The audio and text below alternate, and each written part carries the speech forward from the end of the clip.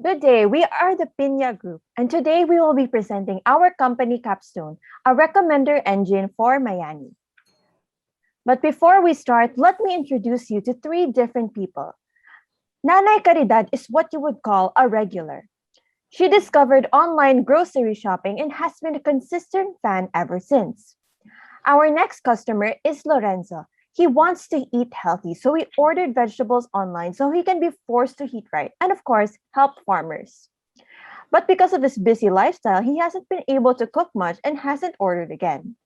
Next, meet Tito Andrelito. He buys online groceries every now and then, but then sometimes because of work and family, he forgets to pre-order and just goes grocery shopping at the local supermarket instead.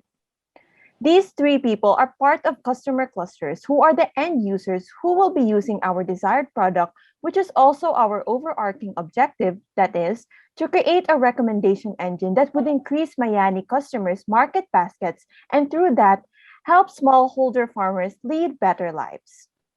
But before we can do anything, we start off with EDA with Matt Thomas. Thanks, Chatty. For the EDA, we begin with looking at the data of the daily sales of Mayani from May 15, 2019 to July 22, 2021. As you can see, Mayani's sales really picked up during the first ECQ when it was implemented at around March 2020, and then it peaked the next month at 1.8 million pesos at April 2020. And then after that, business played around at 200,000 to 600,000 range until it increased again at when the second ECQ was implemented at April 2020. On our next slide, we see Mayani sales per day of the week. As you can see, most of Mayani sales happen during the weekdays and it starts winding down on Fridays. Here we see Mayani's top 10 city sales. We actually included all the cities in the country. However, data shows that most of Mayani's sales occur in the NCR area. Then next, we looked at the seasonality of the products of Mayani. So for summer, you can see those are the top 10 bestsellers of Mayani: pineapple, rice, tomato. And then now for rainy season, it's chicken, avocado, tomato, chop suey basket. And for the Christmas season, it's different naman. With the United Cagayan Relief Pack, rice, chicken. So next up, we look at Grand Bagsakan, which is Mayani's promotion, which comprises actually 56% of its sales from January to July 2021. So as you can see, it has a different top 10 bestsellers from chop suey basket, reverse mangoes, avocado, and white onion. Thank you. And then here is the Grand Bagsakan daily sales. As you can see, it peaks around Tuesdays and Wednesdays. Okay, so now we want to analyze the current recommendation system of Mayani on their website, which is based on Shopify, that is based on purchase history and product descriptions of their items. We tried to reverse engineer the Shopify, and as a result, we saw that the clusters are far from each other, the networks are far from each other. So there's a high chance that same products will be recommended for different users, and it is highly dependent on what was already in their cart.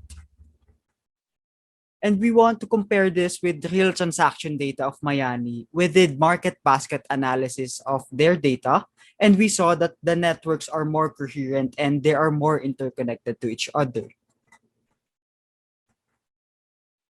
Our specific objective in this capstone is we want to make a better recommendation engine for Mayani that would consider the buyer's buying habit and the kinds of products that are frequently bought together. In other words, if I am this person and I buy this product, what other products can I buy? So for our methodology, at first we business understanding, and then we analyze our data. After analyzing our data, we did data preparation. We cleaned the data, we did EDA, and we did feature engineering. After cleaning our data and preparing our data, we did our models, RFM, K-means clustering, MBA analysis, and a priori. After doing our models, we evaluated our results, and finally, we deployed our model. For the features, for the customer information, we considered their order date, their count of orders, and their total spendings. For the product informations, on the other hand, we considered the product name. So let's define first what is RFM. RFM stands for recency, frequency, and monetary. It is a method or strategy to analyze customer value by their spending habits, wherein recency is how recently the customers purchase, frequency is how often do they purchase, and monetary is how do they spend. So after we computed those features, we came up with the three clusters of customer segmentation using K-means, wherein the number of cluster is 3 and the silhouette scores is around 58%. Although the number of clusters of 2 is higher than the 3, technically it is impossible to have two types of customers, the good and the bad customers. By using these three clusters, we determine their cluster label wherein the segment 0 is labeled as regular customers. They don't spend as much as high as the loyal customer. Next is the segment 1, which is the inactive customers. They are the inactive in all aspects. And lastly, the segment 2 is the loyal type of customer that their RFM is considered as best, most frequent, and higher in monetary. This segment is most important to Mayani.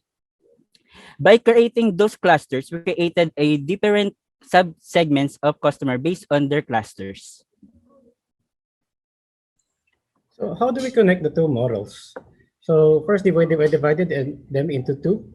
So if there's a new user with no account, it recommends based on the general a priori algorithm. And for the second one, it recommends based on the clusters from the customer segmentation. So what is the a priori algorithm? Basically, it recommends an items that are frequently bought together depending on the metrics of support and confidence. If it is within the threshold, it will match that item with another item that's frequently bought together. So for the demo, it will show you an application. So as you can see, for example, I click alugbati. So it will recommend the items okra, ampalaya, pineapple. So let's say click okra. So it recommends white onion, lombok, pineapple. So there's a limitation with this model. For example, the product that you chose is not within the threshold. It will just recommend the top products that are being bought in Mayani. So for our limitations, so the data that does not include demographics. So the models are only based on past transactions and they are prone to concept drift. And also the deployed model does not include customer segmentation output. For the recommendations, so we need to get more data to add new dimensions to the models and improve the models to process real-time data, which includes, so we need to include also the customer segmentation output to be deployed to the recommender engine. And for our recommendations for Mayani in particular, aside from our recommendation engine, our market basket analysis or frequently bought together items can be used to suggest bundles. This can also be used with auto segmentation methods like RFM or during seasonal or promotional events to suggest customer or time-specific bundles. Our RFM clusters, which are 7 in total, can also be used for personalized marketing campaigns. For example, to segregate Mayani's mailing lists and send out different messages or campaigns to different kinds of people. And lastly, we highly suggest the standardization of products for easier future data analysis, especially as Mayani grows even bigger and more impactful in the Filipino agri-commerce landscape. We end this presentation and demo with a quote from Tiara Kessler, which states that an industry that feeds you is an industry worth fighting for. Once again, thank you so much, Mayani, for entrusting us with your data and letting us be a part of helping small farmers in the country.